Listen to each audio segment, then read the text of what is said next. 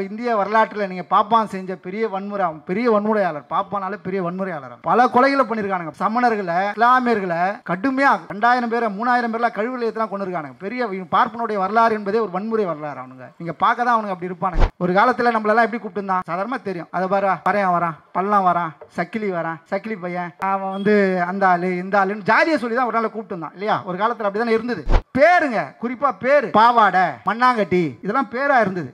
சங்கிலி சங்கிலி ரஜினி படத்தில் சொல்லுவார்ல, மறு வச்சுன்னு வரண்டா, லிங்கி கட்டினு, கபாலிடா, கபாலி, இப்பெல்லாம் பேர் இருந்தது. இன்னைக்கு ஏதாவது ஒரு பேர் அப்படி இருக்கா நம்ம கிட்ட? எவ்வளவு அழகா தமிழ் பேர் வைக்கிறோம் நம்ம பிள்ளைங்களுக்கெல்லாம். இந்த பேர்கள் எல்லாம் வைப்பதற்கு ஒரு புரட்சி வந்திருக்குது. இப்ப கூட நீங்க சிதம்பரம் கோயில், தமிழ்நாட்டில் உள்ள பெரிய பெரிய கோயில போனா இங்க தமிழிலும் அர்ச்சனை செய்யப்படும் அப்படின்னு போர்டு போட்டிருப்பான். ஏன்னா தமிழ்நாட்டில் தமிழ்ல தான் அர்ச்சனை பண்ணணும். அதனால தமிழிலும் அர்ச்சனை செய்யப்படும் ஏன் போட்டிருக்குன்னு கேட்டீங்கன்னா, தமிழை இந்த பார்ப்பனர்கள் நீச பாஷை, சங்கராச்சாரியன் முதல் தமிழை நீச பாஷைன்னு சொல்றான். அதை கேட்க இந்த சீமானுக்கு துப்பு இல்ல. எம்ஆர் ராதா தான் ஒரு வாட்டி ஜெயில இருக்கப்போ ஒரு பாப்பா தான் ஜெயிலுக்கு வந்துக்கிறான். அவன் போறப்பெல்லாம் ஜெயில அவர் உட்காந்து அவனை கிராஸ் பண்ணி போறப்பெல்லாம் எம்ஆர் ராதா வந்து, ஐயோ ஐரே எங்க வாயா அப்படின்னு கூப்பிடுவார். குரல் குத்து கூப்பிடுவார். ஐயோ ஐரே எங்க வாயா, ஐரே எங்க வாயா. ஐயர் போய் சூப்பரண்ட கம்ப்ளைண்ட் பண்ணிக்கிறான். நான் போற வரப்பெல்லாம் என்ன ஐரேன்னு கூப்பிடுறாருங்க அவர் ஜெயில, எனக்கு ஒரு மாதிரியா இருக்கு அப்படின்னு சூப்பரண்ட் கேட்டாராம் எம்ஆர் ராதா கிட்ட. ஏங்க அவர் போறப்ப அவர் போய் ஐரேன்னு கூப்பிடுறீங்க? இல்லங்க ஐயர்லாம் நல்லவன் நினைச்சுக்கிறான், ஜெயில ஒரு ஐயர் இருக்கிறான்னு எல்லாருக்கும் தெரியணும்ல, அதனால ஐயோ ஐரே நான் கூப்பிடுறேன். பாப்பாலாம் நல்லவன் கிடையாது, நம்ம அப்படி நினைக்க தேவையில்ல. இந்தியா இதுதான்டா நமக்கெல்லாம் எதிரி. இந்த பார்ப்பன இந்தியாவில் இருக்கிறவரி தமிழ்நாட்டினுடைய தமிழர்களுடைய உரிமைகள் என்றும் நிலைக்காது. ஆகையால் தமிழ் தனிநாடு, தனி தமிழ்நாடு என்று தன்னுடைய இறுதி மூச்சோடு பெரியார் உரையாற்றினார். ஆனால் இன்னைக்கு சீமான் போன்றவர்கள் என்ன சொல்கிறார்கள் என்று சொன்னால், பாப்பாலாம் எதிரி இல்லடா, டெல்லிக்காரெல்லாம் எதிரி இல்லை, இந்திலாம் எதிரி கிடையாது, நம்ம அண்டை மாநிலத்தில் இருக்கக்கூடிய நம்மளோடு ஒரு 100 ஆண்டு காலமாக நம்மளோடு இணைந்து இருக்கக்கூடிய தெலுங்கு பேசுகிறவங்க தான் எதிரி, பாப்பாலாம் எதிரி இல்லை என்று இன்றைக்கு நம்மளுடைய சகோதரர்களாக இருக்கக்கூடிய தெலுங்கு பேசுகிறவர் தான் எதிரி என்று திட்டமிட்டு ஒரு கட்டமைப்பை உருவாக்கி இன்றைக்கு பெரியார் அவர்கள் திராவிடம் என்று பேசி தமிழர்களை இன்றைக்கு நம்மளை எல்லாம் ஏமாற்றி இந்த திராவிடம் என்று பேசி நம்மளுடைய தமிழர்களுடைய உரிமைகள் எல்லாம் பறிச்சுட்டாங்க. பெரியார் வந்து தமிழை காட்டுமிராண்டி மொழின்னு சொல்லிட்டாரு. பெரியார் வந்து இப்படி தமிழர்களுடைய தமிழர் கழகம் வைக்காம திராவிடர் கழகம் வச்சு இங்கே தெலுங்கர்களுக்கு ஆதரவாக, திராவிடம் என்றாலே அது தெலுங்கர்களுக்கு ஆதரவாக இருக்கக்கூடிய ஒரு கட்சியாக ஒரு பொய்யான தோற்றத்தை பெரியார் வந்து தமிழர்களை வந்து குழந்தைலாம் பெற்றுக்க வேணான்னு சொல்லிட்டாரு, பெண்களெல்லாம் கர்ப்பப்பை எடுக்க சொல்லிட்டாரு, பெரியார் வந்து தமிழ் இனத்துக்கே எதிரானவர் என்று அவதூறுகளையும் பொய்களையும் நாட்டிலே பரப்பி வருகிற சூழ்நிலையில்தான், பெரியார் வந்து தமிழை வந்து காட்டுமிராண்டி மொழி சொன்னார்னா அந்த தமிழ் மொழியில் நீ வந்து ஒரு ஆராய்ச்சி மொழியாக அந்த மொழியை ஆக்காமல் வச்சுருக்க, அதில் இலக்கியங்கள் புராணங்கள் இதிகாசங்களை வச்சுக்கிட்டு இந்த மொழியை நீ எப்படா வளர்த்து எடுக்க முடியும், அதனால் இந்த மொழியில் அறிவியல் மொழியாக மாற்றணும் அப்படின்னு அக்கறையோட நம்ம வீட்டில் இருக்கக்கூடிய பெரியவர்கள் நம்மளை திட்டுவாங்க இல்லையா, ஏன்டா உருப்படாமல் இருக்கிற, ஒழுங்காக வேலைக்கு போகணும், எப்படி வீட்டில் திட்டா நம்ம எப்படி எடுத்துப்போம், அதை நம்ம அப்பா அம்மா திட்டினாக்கா நான் அதை அப்படியே எடுத்துப்போம் நம்ம. ஆனால் இதை வந்து பெரியார் வந்து தமிழ் மொழியை வந்து காட்டுமிராண்டி மொழி சொல்லிட்டாரு, தமிழை வந்து அவர் வந்து தொடர்ந்து தமிழர்களையும் தமிழை வந்து கேவலப்படுத்தினார், திருக்குறளே வந்து அது ஒரு மலன்னு சொல்லிட்டாரு என்று அவதூறுகளை பரப்பி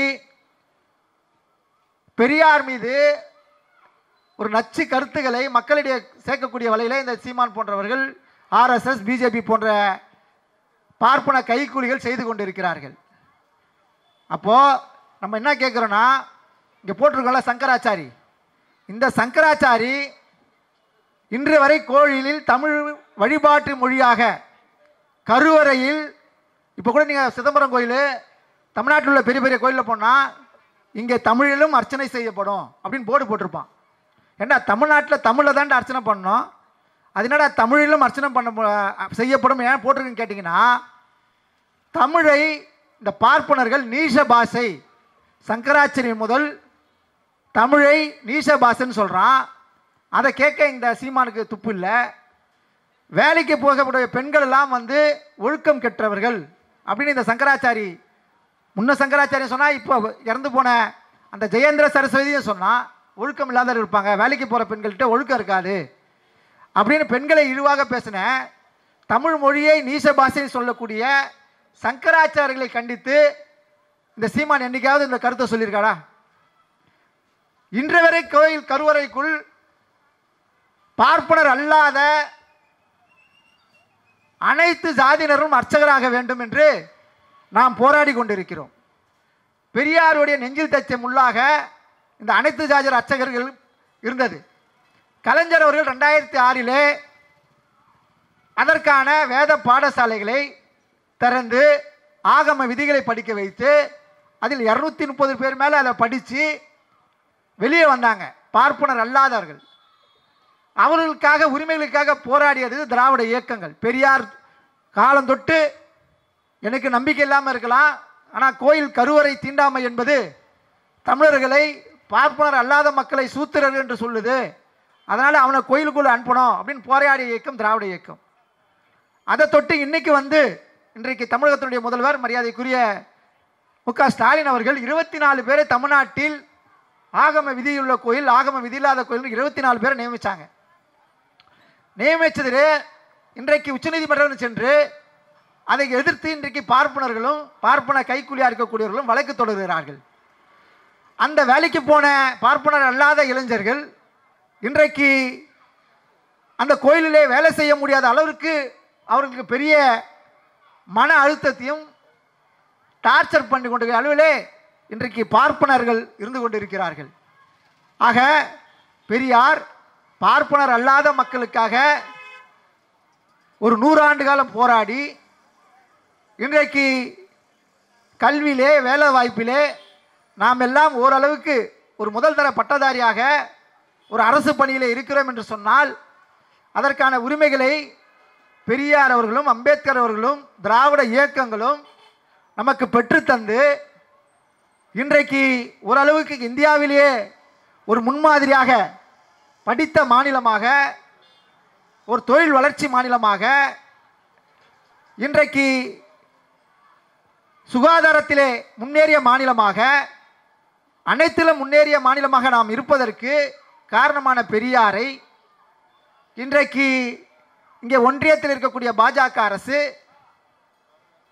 இன்றைக்கு மோடி அவர்கள் கண்ணீர் வடிக்கிறீங்க, அழுவுறீங்க அப்படின்னு பேசக்கூடிய ஒரு அயோக்கியத்தனத்தை நாம் பார்க்குறோம். ஆக இந்த சீமான் போன்ற பாஜக ஆர்எஸ்எஸ் போன்ற தமிழ்நாட்டை குறிவைத்து இன்றைக்கு நமக்கு தர வேண்டிய நிதிகளை தர மறுக்கிறார்கள்.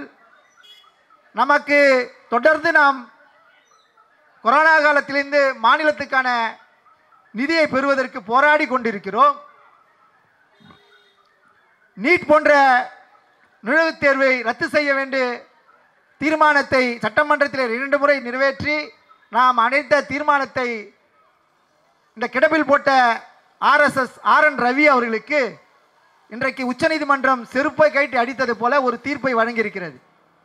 இந்த ஆளுநருக்கு இனி அதிகாரம் இல்லை, 3 மாதத்துக்குள் நீங்கள் இந்த மனுக்களை உச்சநீதிமன்ற நாடாளுமன்றத்துக்கு அனுப்ப வேண்டும், உங்களுக்கு எந்த அதிகாரமும் இல்லை என்று நாம் தொடர்ந்து வலியுறுத்தி வந்த கருத்தை இன்னைக்கு உச்சநீதிமன்றமே இன்னைக்கு செருப்பால் அடித்தது போல அவர் அடித்திருக்கிறது.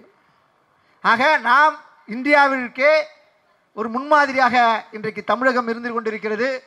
ஆகையால் பார்ப்பனர்களும் பார்ப்பன கைக்கூலிகளும் சங்கராச்சாரியர் போன்றவர்களும் இன்றைக்கு இந்த இருக்கக்கூடிய விஜயேந்திரன் கடந்த மாதம் பெங்களூரில் நடந்த ஒரு பிராமண சங்க மாநாட்டில் கலந்து கொண்டு இன்றைக்கு அகரகாரங்கள்லாம் இருக்க வேண்டும், நாம் தனி குடியிருப்பில் இருக்க வேண்டும், நாம் தனி சமையலை சமைத்து சாப்பிட வேண்டும், கிராமங்களில் ஜாதி அமைப்புகளை நம்மளுடைய கட்டுப்பாட்டில் கொண்டு வர வேண்டும் என்றெல்லாம் இன்றும் இந்த பார்ப்பன கூட்டம் பேச முடிகிறது என்று சொன்னால் நாம் மீண்டும் பெரியார் அம்பேத்கருடைய கருத்தை இந்த மக்கள் மத்தியிலே தீவிரமாக பரப்ப வேண்டிய தேவை வந்திருக்கிறது. இந்த நாட்டில் இப்போ இந்திய வரலாற்றில் நீங்கள் பாப்பான் செஞ்ச பெரிய வன்முறையாளர், பாப்பானாலே பெரிய வன்முறையாளர், பல கொலைகளை பண்ணியிருக்கானுங்க. பார்ப்பனர்களுடைய இந்த இந்திய வரலாற்றில் எடுத்திங்கன்னா சமணர்களை, இஸ்லாமியர்களை கடுமையாக 2000 பேரை 3000 பேர்லாம் கழிவு நிலையத்தெல்லாம் கொண்டு இருக்கானுங்க. பெரிய பார்ப்பனுடைய வரலாறு என்பதே ஒரு வன்முறை வரலாறு. அவனுங்க நீங்கள் பார்க்க தான் அவனுங்க அப்படி இருப்பானுங்க. அப்போது எம்ஆர் ராதா தான் ஒரு வாட்டி ஜெயிலில் இருக்கப்போ ஒரு பாப்பாவை தான் ஜெயிலுக்கு வந்துட்டுக்கிறான். அவன் போகிறப்பெல்லாம் ஜெயிலில் அவர் உட்காந்து அவனை கிராஸ் பண்ணி போகிறப்பெல்லாம் எம்ஆர் ராதா வந்து ஐயோ ஐரே எங்கள் வாயா அப்படின்னு கூப்பிடுவாரான். குரல் குத்து கூப்பிடுறான். ஐயோ ஐரே எங்கள் வாயா ஐரே எங்கள் வாயா. ஐயர் போய் சூப்பரன்ட்ட கம்ப்ளைண்ட் பண்ணிக்கிறான். நான் போகிற வரப்பெல்லாம் என்ன ஐரேன்னு கூப்பிட்றாருங்க அவர் ஜெயிலில், எனக்கு ஒரு மாதிரியா இருக்குது அப்படின்னு. அப்போ சூப்பரண்ட் கேட்டாரான் எம்ஆர் ராதா கிட்ட, ஏங்க அவர் போகிறப்போ அவர் போய் ஐரேன்னு கூப்பிட்றீங்க? இல்லைங்க ஐயர்லாம் நல்லவன் நினச்சினுக்கிறான், ஜெயிலில் ஒரு ஐயர் இருக்கிறான்னு எல்லாருக்கும் தெரியணும்ல, அதனால ஐயோ ஐரே நான் கூப்பிட்றேன். அதனால் பாப்பாலாம் நல்லவன் கிடையாது, நம்ம அப்படி நினைக்க தேவையில்ல. அப்போது இந்த பார்ப்பனர்கள் தான் இப்போ நீங்கள் வந்து பெரியார் என்ன செய்தார் சாதனை அப்படின்னு நீங்கள் கேட்டிங்கன்னா, பார்ப்பன பெண்களை பெரியாரை தூக்கி கொண்டாடணும். அந்த அளவுக்கு பார்ப்பன பெண்களுக்கு பெரியார் செஞ்சுருக்காரு. ஒரு காலத்தில் பாப்பா நம்ம இறந்துட்டாங்கன்னா பாப்பாத்திலாம் மொட்டை பாப்பாத்தி ஆயாக்கெல்லாம் தெரியும். மொட்டை பாப்பாத்தின்னுவாங்க, வீட்டை விட்டு வெளியே வர மாட்டாங்க. அவங்க வீட்டுக்குள்ளே தான் இருப்பாங்க, மொட்டை அடிச்சு விட்ருவாங்க, அவங்கள மொட்டை பாப்பாத்தி தான் கூப்பிடுவாங்க. ஆனால் இப்போ இந்த ஜெயேந்திர சரஸ்வதி இருக்கான்ல, அவன் சங்கராமனை கோயிலில் கொலை பண்ணான்ல, கொலை பண்ண அப்புறமா அந்த சங்கராமனுடைய பொண்டாட்டி எப்படி தெரியுமா வந்தாங்க எஸ்பி ஆஃபீஸுக்கு? கலர் புடவை கட்டின்னு பொட்டு வச்சின்னு எஸ்பி ஆஃபீஸ்க்கு வந்தாங்க. வந்து பேட்டி கொடுத்தாங்க, என்னை என் வீட்டுக்காரை கொலை பண்ணது இந்த ஜெயேந்திரன் இவன் தான் கொலை பண்ணான் அப்படின்னு. சங்கராமனுடைய பொண்டாட்டி வந்தாங்கல்ல, அதுக்கு காரணமே பெரியார் தான். பார்ப்பன பெண்களுக்கு போராடி பெற்று தந்தவர் பெரியார். இப்போ அந்த பெரியாரை தான் பெண்களுக்கு எதிராக நிறுத்துறானுங்க, பெண்கள் எதிர்க்காக பேசுகிறானுங்க இன்றைக்கி திட்டமிட்டு. அப்போது இந்த சங்கராச்சாரியர்லேருந்து எவனானாலும் இவர்கள் தமிழுக்கும் தமிழர்களுக்கும் எதிரானவர்கள் அப்படின்றத நம்ம மக்கள் வந்து தெரியும். ஒரு காலத்தில் நம்மளெல்லாம் எப்படி கூப்பிட்டுருந்தான் சாதாரணமாக தெரியும். அதை பறையன் வரான், பள்ளம் வரான், சக்கிலி வரான், சக்கிலி பையன், அவன் வந்து அந்த ஆள் இந்த ஆளுன்னு ஜாதியை சொல்லி தான் ஒரு நாள் கூப்பிட்டுருந்தான் இல்லையா? ஒரு காலத்தில் அப்படி தானே இருந்தது. நம்ம முன்னோர்லாம் அப்படி தானே கூப்பிட்டுருந்தான், பேரை வச்சு அப்படி தானே கூப்பிட்டான். அதை மாற்றி இன்றைக்கி அந்த தெருவில் அது இருக்கார்ல, எங்கள் ஏரியாவில் அவர் தான்ப்பா தாசில்தார் இருக்கார், எங்கள் ஏரியாவில் கலெக்டர் ஆகிட்டார்ப்பா ஒருத்தர், இந்த எஸ்பி அண்ணங்கால் தான்ப்பா இப்போ தான் வந்திருக்கிறாருன்னு சொல்கிறோம் இல்லையா? இதெல்லாம் வாங்கி கொடுத்தது பெரியார், அம்பேத்கர்லாம் அவங்கள வந்த பின்னால் தான் இந்த உரிமைகள்லாம் பெற்று நம்மளை இன்றைக்கி வந்து ஓரளவுக்கு வாங்கி வச்சிட்டாங்க. பேருங்க, குறிப்பாக பேரில் எப்படி இருந்தது? நம்ம வந்து பாப்பாலாம் பேர் எப்படி, நம்ம பேர் எப்படி இருந்தது? ஒரு காலத்தில் பாவாடை, மண்ணாங்கட்டி, இதெல்லாம் பேராக இருந்தது. சங்கிலி ரஜினி படத்தில் சொல்லுவார்ல, மறு வச்சுன்னு வரண்டா, லிங்கி கட்டினு, கபாலி, இப்படிலாம் பேர் இருந்தது. இன்றைக்கி ஏதாவது ஒரு பேர் அப்படி இருக்கா நம்மகிட்ட? எவ்வளோ அழகாக தமிழ் பேர் வைக்கிறோம் நம்ம பிள்ளைங்களுக்கெல்லாம். இந்த பேர்களெல்லாம் வைப்பதற்கு ஒரு புரட்சி வந்திருக்குது. திராவிட இயக்கம் வந்து இந்த 100 ஆண்டு காலத்தில் தான் தமிழில் அழகான பேர் வைக்கணும்டா. ஒரு காலத்தில் அவனை சாமி கூப்பிட்டு இருந்தோம், நம்ம பிள்ளைக்கெல்லாம் பேர் வச்சாங்க, சாமி துரைசாமி. இப்போ பாப்பானே நம்ம துரைசாமி சார் அட்வொகேட் இருக்கிறார், அவர் எப்படி கூப்பிடுவான்? துரைசாமி அப்படின்னா அவரை சாமின்னு ஒரு பாப்பான் கூப்பிடுவான். இப்போ பேர்களை இப்படி வச்சாங்க. பேர்களை வைப்பது திராவிட இயக்கம், பெரியார் இயக்கம் ஒரு பெரிய புரட்சி செஞ்சது.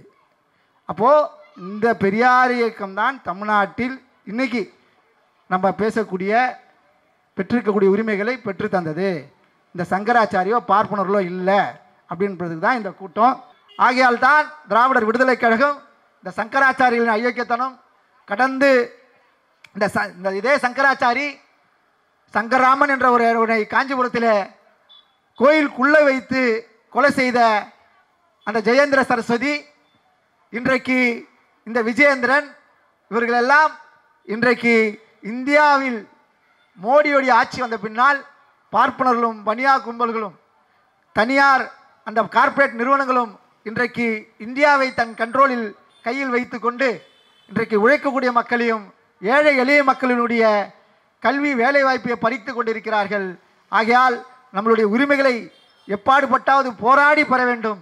பெற்ற உரிமைகளை நம்ம வந்து திரும்பி புதுசாக எதை பெற வேணாம், நம்மளுக்கு வாங்கி தந்த உரிமைகளை காப்பாற்ற வேண்டிய சூழ்நிலை வந்துச்சு. நம்மளுடைய கல்வியை காப்பாற்ற வேண்டிய சூழ்நிலை வந்துச்சு. நம்ம தமிழ்நாட்டினுடைய இளைஞர்களுடைய வேலைவாய்ப்பு உரிமைகளை பாதுகாக்க வேண்டிய தேவை வந்துவிட்டது. ஆகையால் நாம் இனியும் போராடி நம்மளுடைய உரிமைகளை தக்க வைத்துக் கொள்ள வேண்டும். இந்த பார்ப்பன சங்கி கும்பலை தமிழ்நாட்டு மக்கள் வருகிற 26 தேர்தல் என்பது ஒரு முக்கியமான தேர்தல். அந்த தேர்தலில் இந்த பிஜேபியோடு வரக்கூடிய அனைத்து சக்திகளையும் நாம் யார் என்று தமிழக மக்களிடையே அடையாளப்படுத்த வேண்டும். இவர்கள் தமிழ்நாட்டுக்கு செய்த துரோகங்களை சுட்டிக்காட்ட வேண்டும். என்பதற்காகத்தான் இந்த மாதிரி பிரச்சார கூட்டங்களை மக்கள் மத்தியிலே சென்று மக்களிடையே இந்த கருத்துக்களை பேசி இந்த மக்களிடம் நீங்கள் இதை பரப்ப வேண்டும் என்ற நோக்கத்திலே இதை செய்கிறோம். ஆகையால் இந்த கூட்டத்திற்கு இங்கே பேச வந்திருந்த அனைவரையும் வருக வருக என வரவேற்று இந்த நிகழ்வில் நம்மளுடைய அழைப்பை ஏற்று வந்திருக்கக்கூடிய தோழர் மைனர் அவர்கள் முதலாவதாக தன்னுடைய கருத்தை இங்கே பதிவு செய்வார்.